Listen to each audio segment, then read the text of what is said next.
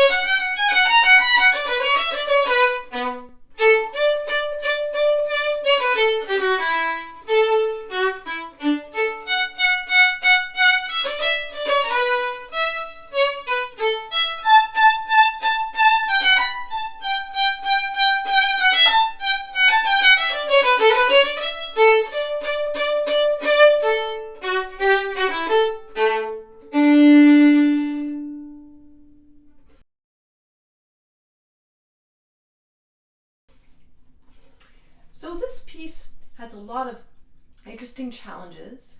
So this was written many, many years after Vivaldi, but it's in that style. But I'm playing it more closer to the way Kuchler would have played it, I think. So if it was really by Vivaldi, my strokes would have been more like we'd use it with a Baroque bow, you know, a little more brushy. This is, I'm slightly more staccato, but not too sticky. So let's look at the hard things in here. First of all, there's a difficult shift. If we look at measure 28, we have these scales, right? Now we have to shift to second position here. So we just played that C sharp. So what you want to do is practice just going under a slur. And then add the octave. And then when we come down, notice that shift is on a semitone, which is an easier and better way to shift, but we have to make sure we coordinate the right hand and the left hand. And I find often what players do is their bow hand is ahead of their left hand, and if we do that, what we hear is a little bit, but we want to, so you can work on that by practicing with a stop,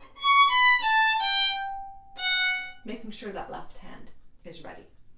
Then we have these repeated string crossings.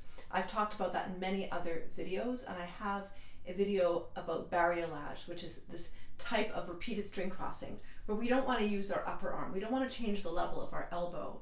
So we have it, you know, there, and we have, so I'm moving my wrist and hand a little bit of my forearm, but I'm making sure I don't go, I'm not moving the upper arm here. Then there's this indication to hold down your first finger if you're reading off the same edition as me in measure 49. It's a good idea to do that.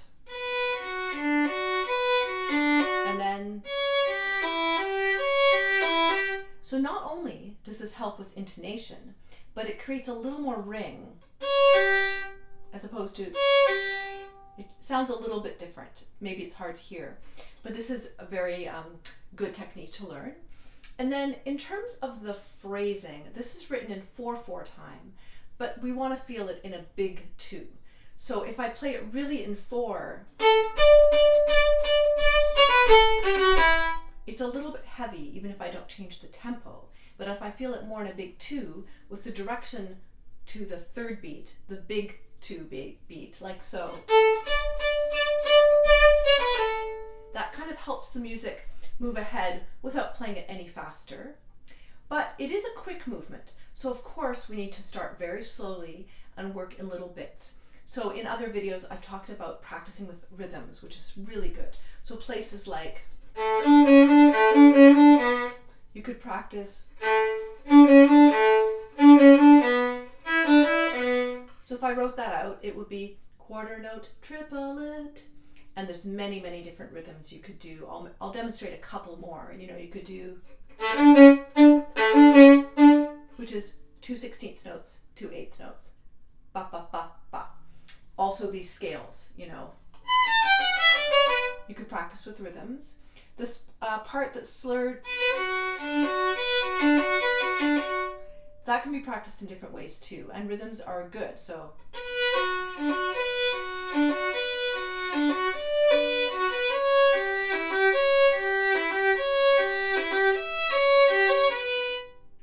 So very soon I'll be doing a presentation on how to practice better at one of my free Zoom events, and I'll be repeating this periodically.